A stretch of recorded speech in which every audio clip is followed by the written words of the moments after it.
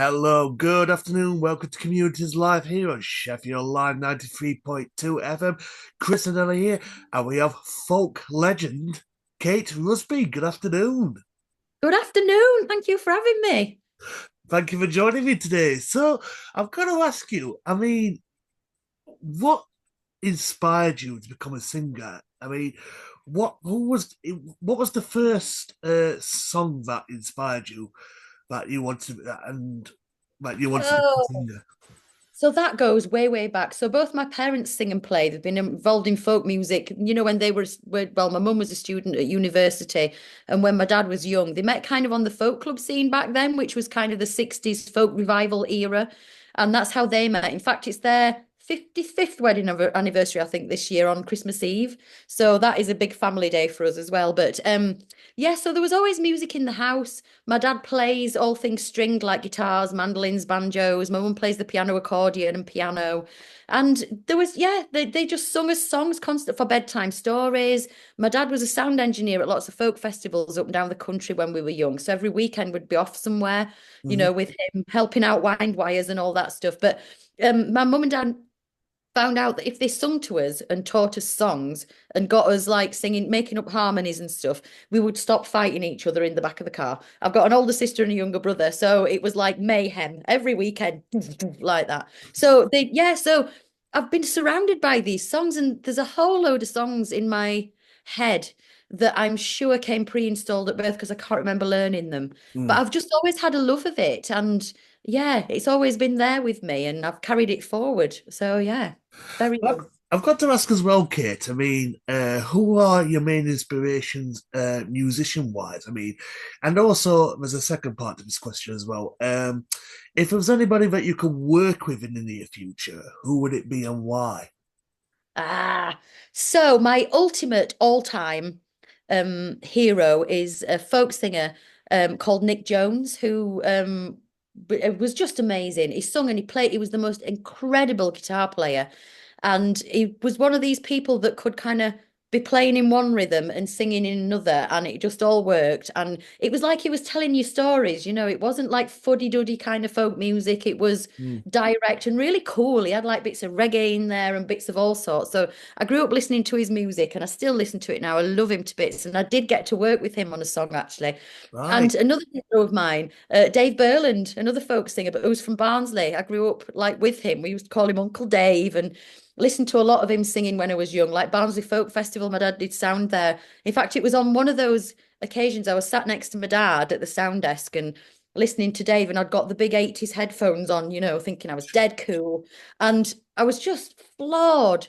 Dave did this song. I can't remember what it was, and it just had me spellbound. And that was the first ever flicker of, wow, that must be so cool to be able to sing to people and make people feel like that.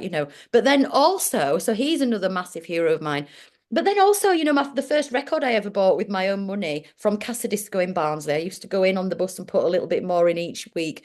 That was one of Bon Jovi's albums. So I've had a bit of a wide kind of thing. But then somebody I would love to work with, and we almost got there, was Dolly Parton. I just think she's Oh, so cool. She's absolutely cool. She owns her own music, her own record company, much like we do, but she's like on a bigger scale. But yeah, we wrote to her a few years ago. There was a song that came up and she was on tour, but she wrote me the most beautiful handwritten letter back saying that she loved it and please ask me again because I'd love to do something and I've loved this song. And we did join each other on somebody else's song actually, but we weren't in the same studio or didn't record it at the same time. yeah. So hopefully one day me and Dolly Parton will be there. Well, you never know. Hopefully, she might be listening to this interview. You Oh never know. So, no. and I've got to ask you, as a musician yourself, Kate. Because you got to find like a certain sound that you wanted. Like music wise. How difficult was it? Did it take a long time to find what you were looking for? If you get what I mean? Well, it's a funny thing because I feel like it found me really. I was playing. I learned fiddle in the family Cayley band, and I'd play fiddle, and I would play by ear really because I was really rubbish at reading music. I'm still not good, and found out that actually I think I'm dyslexic at this point. At the age of 50, oh, it's all dawned on me because one of my daughters is dyslexic, and her journey has led me to go, oh, this is, you're talking about my school years. This is like, wow. So now I understand that little bit of thing, but it didn't hold me back because most folk music is learnt by ear. It's not, people don't sit and read music so much. So I learnt fiddle, and I remember getting to an age, I was like 13 or 14, and I said to my dad, might you teach me some chords, so I can accompany myself on that guitar, which was a massive big red guitar. I could hardly get my arms around it. I'm still quite tinsy.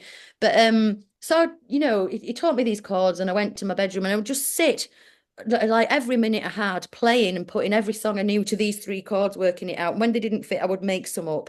And then I begged my folks for a piano, my dad got one from an old pub somewhere, and it was back in the days of smoking in pubs and that. So it Mm. absolutely reeked of yesterday's cigarettes and beer. So my mum banned it to the garage. So I just used to sit in there and play away, and make it up and accompany myself singing. And I think it's all those years of just and listening to people. Yeah. Now people say to me, do you have any advice or can you teach? I didn't learn in a formal way, so I find it really hard to teach somebody formally. But my advice is always just listen to as much music, and try and do what they're doing. If it's a vocal thing, just try and see if you can do it and then do something that's similar and make it your own. And then through all that experimentation, you do kind of find, oh, this is who I am and what I would like to sound like. And it kind of grew from there. I didn't, when I was choosing GCSEs and stuff at school, all my mates knew what they were going to be. And I need biology because I'm going to be a vet. And I was like, how do you know what you're going to do? I had no idea. And then I just took the subjects I liked and enjoyed. And then I went to Barnsley College to do a BTEC in performing arts. I did drama there and loved it. I mean, I was not good at it, the Mm. drama side, but I just loved my time there. And I learned so much about being on stage and the way a show is put on and all that kind of stuff. All the while we were still going to the festivals and I was still singing and playing at home. And then I decided it came university time and people were going, oh, I'm going here to do this. And I was still going, I don't know where I'm going to be. Who am I? And in that time, a friend of ours stuck her head into the garage when I was on the piano and she said, oh, I'm doing a festival this weekend at Owen Firth. There's a slot that's free, 20 minutes. Do you want to do it? And I went, yeah, okay. And then as soon as she left the garage, I was like, oh, what? No, don't say that. But I went and I did it anyway. It was the worst, like scariest thing I've ever done. I was nearly sick. My legs wouldn't walk on the stage. Vowed I would never do it again. 5 minutes of coming off, somebody came up to me and said, I've got a festival in a month. We'd love you to come play at it. I really enjoyed that. Do you want to do it? And I went, yeah, okay. And then again was going, shut up, agreeing to stuff. And then, it just kept happening like that. Somebody else would go, hey, do you want to do this? To come and sing at our folk club or this, and this. And all of a sudden, there was a few things lined up. And then it was time, my year out was up. And I was going, what am I going to do now? Oh, let's just see where this goes. And I'm still on my year out. And since then, we've set up our own record company. It was me and my dad at first. He was lecturing at Leeds College of Music, brass instrument repair, Mhm. and wanted a new challenge. So he came on board. He was the manager of it. He did, then we put on our own gigs for many years. He's retired now. It's myself and my husband Damien at the helm of the record company now. But it was a real family affair, and we just, well, of course, coming from Yorkshire, you don't trust anybody with your money, do you? So it fitted us. But yeah, and it's just grown and grown, and I'm still on my year out, like I say, and I still don't know where I'm going to be when I'm a grown up. And I mean, you've just answered one of the other questions I was about to ask you, which is, what advice would you give to our listeners? But I've got to ask as well, Kate. I mean, how difficult is it to break into the music industry? And also, I want to ask this as well. I mean, how do you feel music has changed during the years? Oh, music in general, vastly. Folk music, vastly. I mean, I've been touring for 32 years now, and when I first started touring, there was hardly any young people playing it at all. It was quite taboo. Mm. You didn't tell people you liked it because it was really uncool. But since then, more and more people, younger people that came to watch, like the likes of me and whoever else there was a handful of us at the time going around performing. And everybody else was like our parents' age, and then like I'd go back and do the same town, and all of a sudden the people that came brought their kids. So they were watching. And then the next time we went, those people were like, oh, yeah, I've been secretly playing this music in my bedroom, but, can I do a couple of songs before the gig? And so with a few of us starting to play the music, it kind of got a little bit of cool among the other young people, and then it's come on and come on, and now there's a couple of generations since then, and it's so vibrant. Even, just people on the outside of the folk music scene think it's just like old blokes in jumpers with the finger in their ear singing, but it could not be further from the truth. With that influx of young people over the years, and then having instant accessibility to all genres of music through the internet and CDs. I mean, my first album came out on cassette and vinyl. That's how old I am. I remember recording it on big reel to reels, and all that kind of stuff. So I have seen it really change, but people have brought, you only have to go to a festival these days, like a folk festival, and see how vibrant it is. There's like hip hop being fused together with like Indian Bollywood music, with like Mm. traditional English music and a bit of Irish music thrown in. And it's kind of anything goes. And it really has to be like that to keep it all alive. If we just stopped at the thing of, well, it's written down in a book, you must only do this song like that and that's it, which there are some people who believe that still, and I call them the folk police. We are not friends, me and the folk police, because I have changed things and I've, developed stuff over the years and pleased myself with things and made things my own. But that's how we've ended up with so many different versions of lots of the songs, because it has been passed along down the generations all over the world. There's songs that have come from England to Ireland, over to Canada, and then back to Scotland, and then down south, and then nobody really quite knows who's written them, but they've always evolved. So it's only a fabulous thing that is all going. And like I say, so vibrant, it's brilliant. And you have an upcoming tour called the Winter Light Tour, which is coming in a few days' time. So tell us a bit more about that. Yes, so we do a Christmas tour each year. This will be year 19 that we've done it. And I've been touring, like I think I might have said I've been touring for 32 years. But after about 10 of those years and talking to people around this time of year and talking about our South Yorkshire carols, I don't know if you know about them. They're sung in certain Mm. pubs dotted around, like at Dungworth, there's one at Wirral, the Blue Ball at Wirral, and loads of them. I was taken along to these sings when I was a kid. It's not a folky thing or a religious thing. It's just they were songs that were in churches across the country, and the Victorians threw them all out for being too happy and too much fun. But the people that loved singing them round here took them to the pubs where they could combine it with a pint and a catch up with their mates, and there they've stayed, passed on down the generations. My dad used to be taken by one of his uncles, so he was there and learned them all. And like I say, we were took along as well. So I knew I had all this wealth of other carols and other Christmas music, and I was around the country touring and talking to people, and I was like, "What do you mean you don't know this other version of Welsh Shepherd's Watch? There's like tons of them." They were like, "What? I thought there was only one."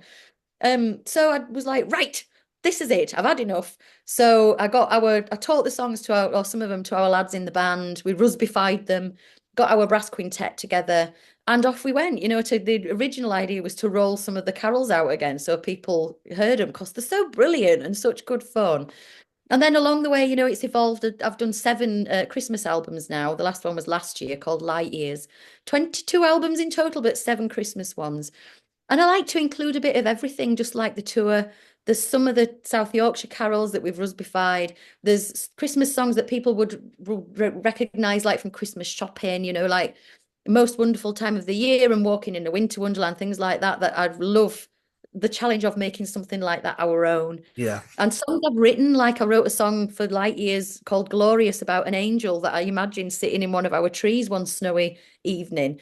And then I also, always try and find some quirky, like really quirky kind of songs that kids can really get that sparks their Sure. imagination. Like I Want a Hippopotamus for Christmas, we did quite a few years ago, and Santa Never Brings Me a Banjo. And there's one that we're doing this year called Big Brave Bill and Saves Christmas. And he's a superhero from Barnsley that I wrote a while ago for my daughters when they were little. And it became quite a big song, for us touring. And then he had a Christmas adventure. So that one's there. And the kids wait for those kind of ones. So there's something for everybody there, really. Yeah. I mean, you just mentioned your last year's Christmas album, Light Years. So I've got to ask, Kate. I mean, as a songwriter yourself, I mean, how difficult is it to write a song? I mean, did it take a long time for the album to come together, or did it come together quite quickly? I have been doing it for so long now. I mean, and one of my normal albums away from Christmas, there's quite a few songs on each album I've ever done that are traditional songs, songs that I've learned from my parents or heard as I've gone along touring at the festivals or whatever. And I also have this massive collection now of old ballad books, some of which are like 200 years old, and they've got really old songs in. In fact, my computer is sat on a stack of four right here. And whenever I'm starting an album, like a normal album away from Christmas, I start with my ballad books and I just choose a few out randomly and sit and just read stuff. And sometimes I find a song, it's only got two verses and no tune, and I'll finish the song and give it a tune again. And it feels like releasing a bird into the wild again, after Mm. it's been in a cage for so long. And so I love doing that. And I love doing ones that are complete, like songs, like I say, I've learned from my folks over the years. And I love just listening to any kind of music. So there's usually a cover of somebody's on there, be it folk genre or something else. And then I write as well. I'm not the kind of writer that you can just shut in a box and say, right, 10 albums or you're not coming out. It has to Yeah. be a moment of inspiration, like out walking the dogs or whatever. Because, of course, you'll know, coming from up here, it's so beautiful. The countryside is just gorgeous. And we walked a lot as kids. And, I walk a lot now. Like I say, we've got two dogs. And so there's little bits of things that just fire into my brain, and sometimes at night I'll think of it, I'll be having a dream about playing somewhere and I wake up and go, oh, that's not even a song yet. Let me just make some notes. Mm. So, and for the last few years, I've done an album each year, alternating between Christmas and normal. So actually, I've got quite used to just being in a creative space, and the kids get off to school and then I'll just kind of sit, and sometimes I'll just sit like that all day. I know this is radio, people can't see what I'm doing. My eyes are up to the side, my arms are folded, and I'm just thinking, and I'll be out walking and somebody will go, oh hey, and I'll be like, what? Oh hello, sorry, I was miles away, from because I work on lyrics actually in my head, and then I write them down when I get back home. And so it's a labor of love. It's not an easy thing to do, but it's something after all these years I, I have ways of actually making Mm. myself get into that space to be able to be creative, and I know where to go to look for songs or look for inspiration and that kind of thing. But I suppose each album is a year in the making, because then I'm on to the next one and Sure. then the next one and on it goes. Yeah. And I mean, I want to ask as well. I mean, how can people get a copy of the album? Is there any physical copies that people can get as well as digital? Yeah. We're still old fashioned. We still have CDs, and we also have a lot of my albums on vinyl as well. People can order them if they just type in katerusby.com. There's a link to my shop, and that's, like I say, our own little record company, Pure Records. Pure is actually the meaning of the name Kate, originally from the Greek, apparently, the Greek word for pure. So that's why we called it Pure Records. So, and also you can buy them on Amazon and stuff like that as well. And you can, they're on iTunes. You can download stuff as well, and Bandcamp. And yeah, if people just put it in a search, it'll come up. Yes, you can't hide from me. I'm everywhere. If you wanted to. And I mean, other than the upcoming tour and the new Christmas album, is there any is there any future projects that you can tell us about, or is it all secretive at the moment? Yeah, no, I've been in the studio for the last couple of months, working on a new album that's coming out next spring. So that'll be a normal album, next year, and then we have a big spring tour lined up. So that will be there, and I'm really looking forward to that, because it's been lovely to get back in the studio and do that side of things. And so in between the Christmas tour, we keep dipping back into, because we have the studio at home now. So we can just keep dipping back into that, and then quick, get out and cook the kids some tea and then get back in while they're eating, all that. And then once this album is done, so we'll probably finish that January time, and then I will be setting to work for a brand new Christmas album to be released next Christmas 25, because it's 20 years of our Christmas tour that year. So it'll be a big celebration that year. So we've got lots planned for next Christmas tour as well. But yeah, Sheffield City Hall, where we're playing. that's closest to you, closest to me. It's one of my favorite gigs. I remember going to see things there as a kid. A pantomime once went for my birthday when I was little, because my birthday is on the 4th of December. All kinds of gigs I've seen there, over the years. And, now I'm a grown up and we get to play there. It's just a real buzz and it's such a fabulous venue. And the audiences that come are just amazing. It's different generations of the same families that have been coming for years now, and they've all expanded and they all come and sing along and get the Christmas jumpers on. And especially that amazing link with the South Yorkshire Carols playing in Sheffield as well. So many people know them. It's just off the scale buzz. Yeah, I love it. And I mean, is there still tickets still available for Sheffield City Hall for your tour? Yeah, yes, I think there are. There are some gigs on the tour that have sold out already, some that are close to selling out. So I'm not sure where Sheffield City Hall is at the moment, but it's massive. So Yeah. I'm sure there will be some tickets left. So come along, everybody. And there's even a Christmas dress up as well. We come back on for the encores in fancy dress. That started a few years ago. I choose a different theme each year. And the lads in the band have no idea what the theme is or what they're going to be that year until the very first gig when I hand out the costumes. I've made them dress up as all sorts of stuff along the way. It's been very, very funny. And our Christmas set as well, the crew have been working really hard on the Christmas set for this year, and it looks so beautiful and like all beautiful winter wonderland with all trees and little lights. Oh, it just looks gorgeous. I can't wait. Yeah, love it. And I mean, to our listeners at home who want to follow you on social media, do you have like Facebook, Instagram, X, formerly known as Twitter? All of it. We are on all of the things. Yeah, in fact, at the moment, there's a competition on Facebook. We run a competition in the lead up to each tour where people can win tickets for like spring tour, actually, this competition. But it's all about the towns that we're visiting. And actually, today's competition is the Sheffield one. So it's all about teaching people about little facts about the towns that we're going round on the tour. So yeah, people win each year, so people have to check that out as well. We also have a mailing list which you can access through my website, katerusby.com, which is a great way of people keeping up to like an emailing list. I do a newsletter each week, fortnight, sorry. I sit and write what I've been up to and all that kind of stuff, and reach out to people and let people know what we're doing coming up and all that. And so that's a good way as well. Yeah. And thank you so much, Kate. It's been a real pleasure meeting you today. My Oh, final question for you, Kate, is because I'd yeah. like to give the final word to you. Is what would you like to say to our listeners who is currently listening right now?